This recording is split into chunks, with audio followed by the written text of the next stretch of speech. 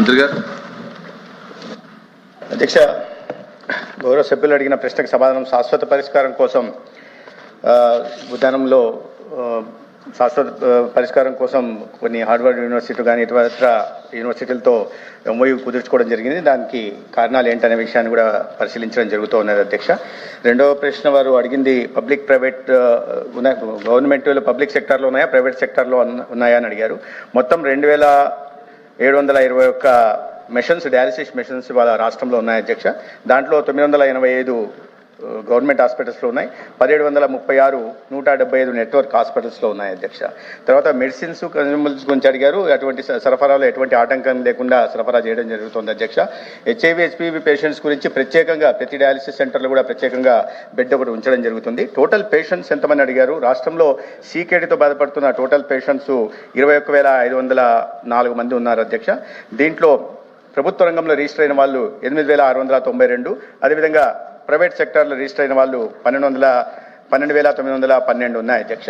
అయితే ఈ గౌరవ సభ్యులకి దృష్టికి తేవలసింది ఏంటంటే అధ్యక్ష, ఈ 20 నెలల్లో 14 డయాలసిస్ సెంటర్ని రాష్ట్ర వ్యాప్తంగా మంజూరు చేయడం జరిగింది అధ్యక్ష. 11 ఇప్పుడు ఇంకా కొత్తగా టెండర్ ప్రక్రియలో కూడా ఉన్న విషయం నేను వారి దృష్టికి తెస్తున్నాను.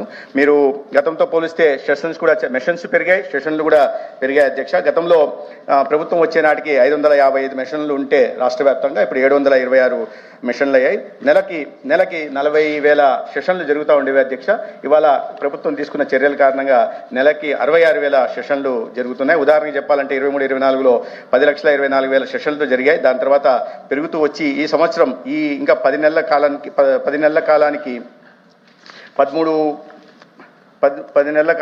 13 లక్షల సెషన్లు 13,75,706 సెషన్లు జరిగాయి అధ్యక్ష. అంటే రాష్ట్రంలో ఉంటున్న సీకేడీతో బాధపడుతున్న పేషెంట్లకు పెన్షన్ ఇవ్వడమే కాకుండా వారిని ఆదుకునే దిశగా డయాలసిస్ సెంటర్లు పెంచడం, అదేవిధంగా సెషన్స్ కూడా పెంచే దిశగా కూడా ప్రయత్నం చేస్తున్నాం. దాంట్లో భాగంగా ప్రధానమంత్రి నేషనల్ డయాలసిస్ ప్రోగ్రాంలో భాగంగా పీపీపీ కింద కేంద్ర ప్రభుత్వం కూడా సహకారం అందిస్తూ ఉంది అధ్యక్ష. దాని కారణంగా ఇటువంటి చర్యలు తీసుకోగలిగాం. ధన్యవాదాలు అధ్యక్ష. మంత్రి గారు, ఇప్పుడు డయాలసిస్ చేసుకునే వాళ్ళకి పెన్షన్స్ ఇస్తున్నారు కదండి, దాంట్లో చాలా అంటే మళ్ళీ గవర్నమెంట్ ఆ ఓపెన్ చేసే వరకు కూడా ఇవ్వలేకపోతున్నారు. ఇంకా 675 మంది పేషెంట్లకి ఇవాళ పెన్షన్ 10,000 పెన్షన్ వస్తుంది అధ్యక్ష. దాంట్లో ఏంటంటే వాళ్ళ సీరం జిఎఫ్ఆర్ కానీ సీరం క్రియాటిన్ లెవెల్స్ ఎంత ఉన్నాయనే దాన్ని బట్టి వీళ్ళు పెన్షన్ అర్హులా కాదా అనేది. ఇక్కడ ఏంటంటే డయాలసిస్ జరిగేటప్పుడు సీరం క్రియాటిన్ నార్మల్గా వస్తుంది. అవును. మళ్ళీ 2 రోజులు పోయిన తర్వాత క్రియాటిన్ పెరుగుతూ ఉంటుంది. అంచేత అది నార్మల్గా ఉందనేటటువంటి నెపంతో పెన్షన్ ఇవ్వట్లా. 1. 2, ట్రాన్స్ప్లాంట్ పేషెంట్లకి పెన్షన్ ఇచ్చేవాళ్ళు. ట్రాన్స్ప్లాంట్ పేషెంట్లకి పెన్షన్ ఇచ్చటం అంటే ఎందుకు ఇచ్చేవాళ్ళు అంటే, ట్రాన్స్ప్లాంట్ అయిన తర్వాత చాలా విపరీతమైనటువంటి మెడికేషన్ ఉంటుంది, చాలా ఖర్చుతో కూడుకున్నది. అప్పుడు మేము గతంలో కూడా మాట్లాడినప్పుడు ట్రాన్స్ప్లాంట్ పేషెంట్లకి 10,000 రూపాయలు పెన్షన్ ఇచ్చారు. ఈ గవర్నమెంట్ వచ్చిన తర్వాత ఏం చేస్తున్నారంటే ఆ క్రియాటిన్ చెక్ చేసుకుని రమ్మంటున్నారు. ట్రాన్స్ప్లాంట్ అయిన తర్వాత ఖచ్చితంగా నార్మల్ ఉంటుంది. నార్మల్ ఉంది కాబట్టి వాళ్ళకి పెన్షన్ ఇవ్వనేటటువంటి ఒక నిబంధన ఉంది.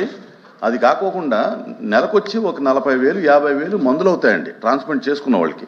అలాగే డయాలసిస్ చేసుకున్న వాళ్ళకి ఏమవుతుంది, డయాలసిస్ చేసుకున్న రోజు మరుసటి రోజు కూడా క్రియాటిన్ లెవెల్స్ క్లియర్గా ఉంటాయి.